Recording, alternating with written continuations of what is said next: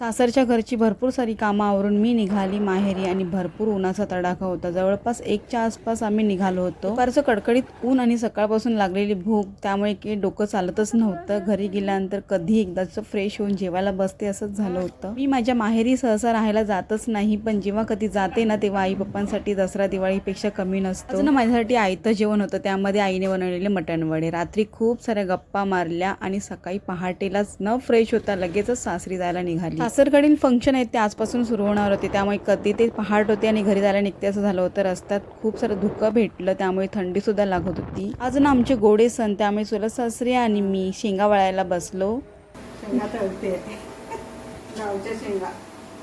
त्याचबरोबर ना देवाचाही नैवेद्य तयार झाला होता आणि आमचं जेवणही तयार झालं होतं संपूर्ण। आणि देवाला आधी ह्यांनी नैवेद्य दाखवून घेतला, देवपूजा करून घेतली, आई बाबांची वाडी सुद्धा दाखवली आणि आम्ही सुद्धा जेवण करून घेतलं। ह्या पुढील मोठे व्लॉग येणार आहेत, तोपर्यंत बाय।